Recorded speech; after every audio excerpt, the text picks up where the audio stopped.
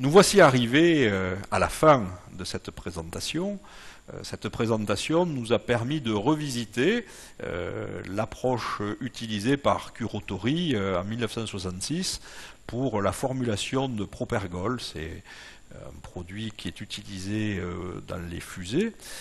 Et dans cette conclusion, nous allons exploiter tous les résultats précédents, en particulier pour la recherche de l'optimum, chose qui avait été énoncée dans les objectifs de l'étude. Alors revenons sur la boucle de la formulation. Dans la boucle de la formulation, l'idée de la construction d'un plan d'expérience, c'est de permettre de trouver un modèle le meilleur possible qui permette de faire tourner cette boucle sans continuer à faire des expériences.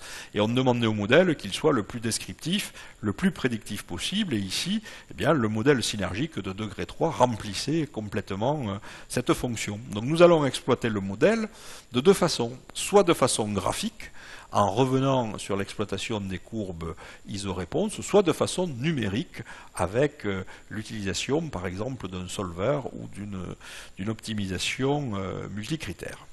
Alors, rappelons quelles étaient les exigences dans cette étude.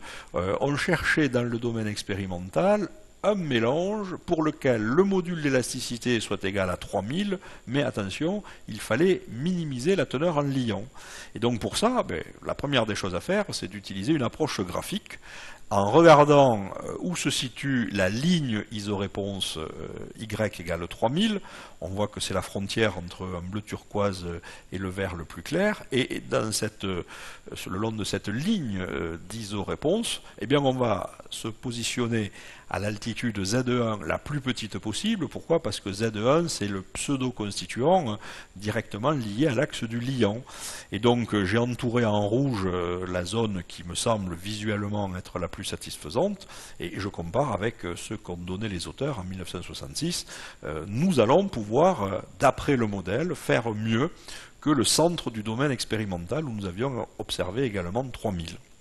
Alors, ceci dit, graphiquement, on n'a pas forcément une lecture de la valeur des proportions, et donc nous allons utiliser une approche numérique, ici à partir d'une programmation non linéaire faite à l'aide du solver Excel.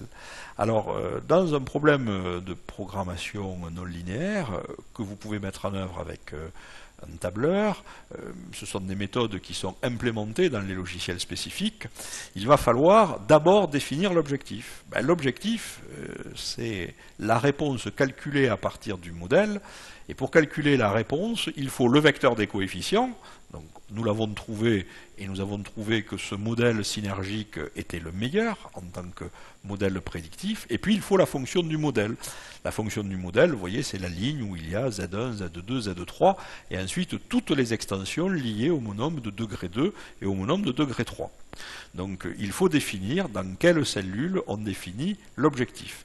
Et l'objectif, il va falloir lui dire sur la ligne qui est dessous ce qu'on veut en faire. Est-ce qu'on veut maximiser, est-ce qu'on veut minimiser, ou est-ce qu'on veut atteindre une valeur, ici on précisera une valeur de 3000. Ensuite, pour atteindre cet objectif, fatalement, il va falloir bouger dans le domaine expérimental, et c'est le rôle des cellules variables. Les cellules variables, c'est les proportions des pseudo-constituants, Z1, Z2, Z3, que l'on va introduire dans le champ dédié aux cellules variables. C'est le vecteur ligne, constitué par ces trois cellules. Sauf que les cellules variables, c'est des proportions. Et les proportions, c'est soumis à des contraintes.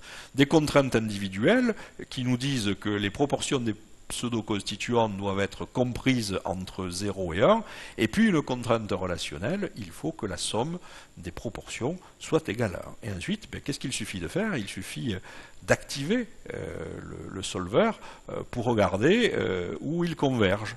Et il converge ici vers une solution satisfaisante, en lui ayant dit également qu'il fallait minimiser la teneur en liant, donc la valeur de Z1, et donc vous voyez que nous arrivons à une solution intéressante, puisque Z1 est égal à 4,79%, Z2 est égal à 41% et Z3 est égal à 54%. Et pour ce mélange, d'après le modèle, qui est quand même fortement prédictif, nous devrions avoir une réponse qui est égale à 3000.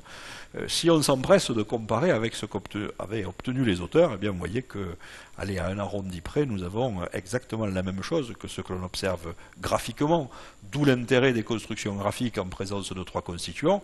Mais au-delà de 3 constituants, vous comprenez bien qu'il faudra faire appel à des méthodes numériques. Alors attention, ce n'est pas ce que cherchent directement les opérateurs, puisque les opérateurs ne travaillent pas avec des pseudo-constituants, ils travaillent avec des constituants, qui sont, je le rappelle, le liant, le comburant et le combustible. Et donc on va utiliser la transformation inverse que nous avions vue pour construire la matrice d'expérience, donc la transformation en pseudo-constituant suggérée par Kurotori en 1966, et on va transformer les valeurs ZI optimales en valeurs XI optimales, ce qui fait que les expérimentateurs trouvent ici une formule qu'il faut mettre à l'essai, puisqu'elle n'a pas été réalisée, et si le modèle s'avère effectivement prédictif, et ce sera ça l'essai de validation, pour 21% de liants, 48% de comburant et 31% ou 32% de combustible, eh bien, vous devriez avoir une valeur de module très proche de 3000.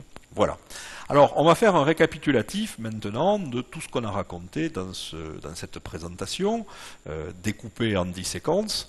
On a d'abord réfléchi à la nature de la stratégie expérimentale à adopter quand on est confronté à un problème d'optimisation en envisageant la méthode séquentielle du simplex, qui est une méthode directe, par rapport à une méthode indirecte, qui est très basée sur la construction de plans d'expérience, et parmi les stratégies de plans de mélange, on a retenu la stratégie component proportion, qui vise à modéliser la variation de la réponse uniquement en fonction des variations des proportions des constituants.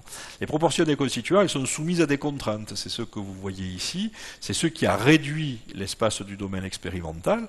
Et au sein de cet espace réduit, qui est ici un simplex de hauteur 0,2, bien, nous avons fait appel à des dispositifs historiques de maillage, à savoir le dispositif proposé par Henri Scheffé en 1963, Simplex Centroid Design, complété par des points axiaux pour améliorer l'uniformité de ce maillage. Ensuite, ce maillage nous permet de fabriquer un modèle synergique de degré 3, mais n'oubliez pas que qui peut le plus peut le moins. Le modèle synergique de degré 3 contient naturellement la forme canonique des modèles de degré 2 et de degré 1. Et il faut absolument évaluer ces 3 modèles pour trouver quel est celui qui est le plus prédictif et le plus descriptif. Ne pensez pas que c'est systématiquement le modèle de degré le plus élevé. C'est le cas dans cette étude, mais c'est loin d'être le cas de façon générale. Ensuite, l'analyse des résultats, nous l'avons conduite soit avec des calculs manuels, comme on faisait en 1963. Ceci peut présenter un intérêt dans des séances de travaux dirigés, dans des formations d'écoles d'ingénieurs ou des formations universitaires. Aujourd'hui, la mise en œuvre se fait à l'aide de logiciels ou à l'aide d'un tableur. On utilisera plutôt la méthode des moindres carrés comme méthode d'ajustement pour intégrer non pas une partie des mélanges, mais 100% des mélanges réalisés dans la fabrication du modèle. Ce modèle, une fois qu'on a trouvé quel était le meilleur à conserver, c'était la forme qu'on appelle synergique de degré 3, eh bien, on a restitué ce modèle sous forme graphique, en particulier en présence de 3 constituants, sous la forme de courbes isoréponses, lesquelles courbes isoréponses nous ont permis de trouver, soit avec une approche graphique, c'est ce qui est entouré en rouge à l'écran, soit à partir d'une méthode numérique. On a rappelé succinctement comment mettre en œuvre le tableur Excel, et dans le tableur Excel, l'outil qui s'appelle Solver, eh bien, nous avons réussi à converger, d'après le modèle, vers un meilleur mélange que le centre du domaine qui avait été trouvé lors de la campagne expérimentale. Donc c'est ainsi que s'achève cette présentation qui nous a permis de revisiter un exemple de 1966, à une époque où finalement le pragmatisme était de rigueur, puisque les calculs n'étaient pas forcément faciles à mettre en œuvre d'un point de vue informatique, mais néanmoins qui présentent un intérêt, parce que ce genre d'approche, vous allez le retrouver très fréquemment dans la littérature, que ce soit dans le domaine des poudres et explosifs, comme le domaine dans lequel est située cette publication, dans les domaines de la céramique, nous en verrons, vous en avez vu un exemple dans une autre étude de cas, dans le domaine de l'agroalimentaire également. La méthode du simplex centroïde est très utile en présence de 3, 4, rarement 5 constituants. Pourquoi au-delà? Vous avez vu que la méthode était dispendieuse en nombre d'essais. Par contre, 3, 4 et 5 constituants, ça permet de construire des maillages de taille généralement acceptables pour les expérimentateurs. Donc merci encore pour votre attention. J'espère que cette présentation d'études de cas vous aura permis de conforter les éléments de cours glanés dans des chapitres tels que l'analyse mathématique, l'analyse statistique, l'analyse graphique, et vous donnera surtout envie d'utiliser ce genre de méthode dans vos projets au quotidien. Donc merci encore de votre attention, puis à bientôt pour de nouvelles études de cas.